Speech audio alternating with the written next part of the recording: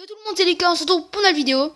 Donc aujourd'hui, on est mercredi et je suis rentrée de vacances. Donc on va tout de suite recommencer. Je vais tout de suite repartir sur le rythme, donc recommencer les vidéos.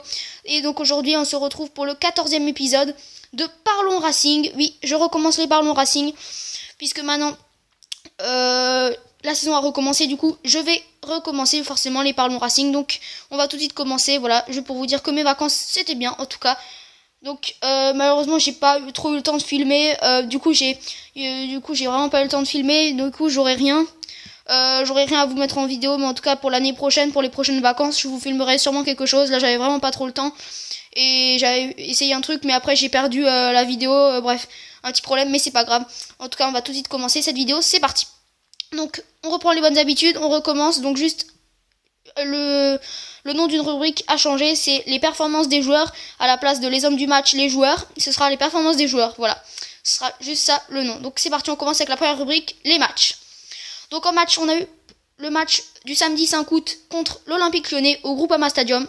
Donc malheureusement, premier match en Ligue 1 depuis 9 ans, mais défaite 4-0 face aux Lyonnais.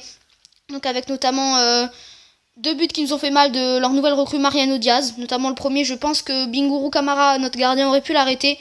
Mais bon, c'est comme ça. Et ensuite, donc, but après de Nabil Fekir sur penalty. Le penalty était discutable, donc je vous invite notamment à regarder la vidéo du résumé et dites-moi notamment en commentaire qu'est-ce que vous pensez, s'il y a penalty ou pas. Moi sincèrement je pense que c'est discutable comme de nombreux articles l'ont dit, mais bon.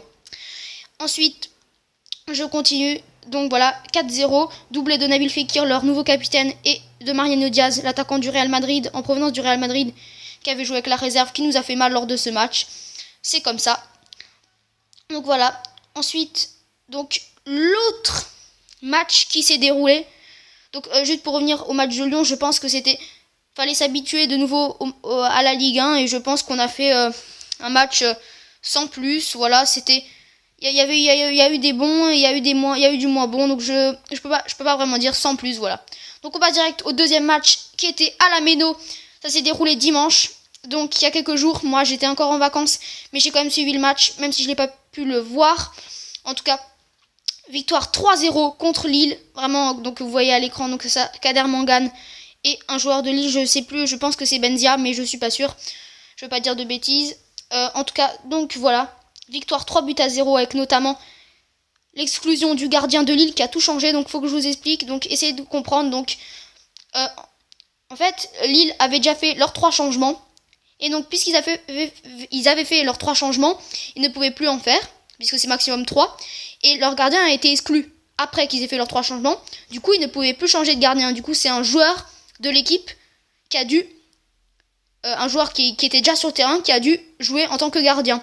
Donc ça nous a beaucoup aidé forcément, et ça nous a permis de marquer 3 buts, notamment avec le but de Jonas Martin, qui était même quand même beau. Je ne sais pas si un gardien l'arrête forcément, mais peut-être fait une parade. Donc voilà, en tout cas le but de Jonas Martin. Donc voilà, avec une célébration que j'ai bien aimée. Vous pouvez aussi aller voir le résumé donc sur YouTube. Donc voilà, avec le but de Jonas Martin, recrue qui vient de Liga. But de Dimitri Lénard sur penalty après une faute du gardien, un joueur, je ne sais pas quel poste il jouait, mais en tout cas voilà. Et après ils ont changé de gardien, c'est d'abord Nicolas Depréville, l'attaquant, et ensuite on a, pour clôturer tout, bien sûr le fidèle aussi au Racing comme Dimitri Lénard, Jérémy Grimm, notre pur Alsacien, qui a marqué un but exceptionnel encore une fois, de loin, une frappe pleine de sang-froid. Il a frappé encore une fois de loin, et ça a marché, le gardien la touchera, mais c'est quand même ça reste un très très beau but. Donc voilà. Maintenant on va tout de suite passer à la deuxième rubrique. Juste encore dans l'ensemble, il y a eu énormément d'occasions, et je pense que c'est très mérité cette victoire, parce qu'on a beaucoup cherché à marquer ce but. Il y a eu énormément de bonnes occasions, de grosses occasions même. Donc voilà. En tout cas c'est parti, on continue avec la prochaine rubrique, les performances des joueurs. Donc pour moi, en homme du match, on va choisir 3 hommes du match à chaque fois. Donc pour Lyon, pour moi c'était en 1 Jean Eudaoulou, le milieu de terrain, qui a très bien défendu lors de ce match au milieu défensif. Pour moi aussi, il y avait également Nuno da Costa, qui a fait un bon match également. Et encore en 3, moi j'aurais dit, c'est pas facile de dire. Après, Mangane ou Salmier, voilà. Avec notamment Lala. Pour moi, Lala a fait un bon match, mais voilà aussi Mangane, Salmier, donc voilà, un des trois. Donc, et pour le match contre Lille, pour moi, donc en homme du match, bien sûr, je mettrai Lala.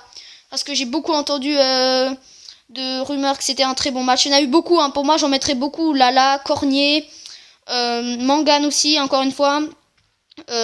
Qui également... après de ce que j'ai aussi entendu, Martin aussi a fait un très très bon match apparemment. Je pense que ce serait lui l'homme du match, le premier. Liénard a fait une très bonne entrée, ainsi que bien sûr Jérémy Grimm.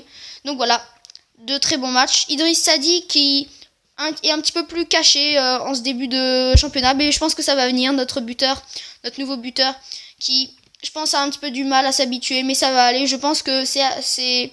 Pourtant il a eu quand même une bonne occasion contre Lille, mais bon, je pense que ça va venir. On passe directement à la troisième rubrique, les nouvelles infos. Donc en nouvelles infos, on a atteint 15 650 abonnés. C'est vraiment super, dont moi, qui suis abonné également avec mon père. Ensuite, je continue. On est aussi... Donc il y a beaucoup de partenaires qui sont maintenant avec le Racing.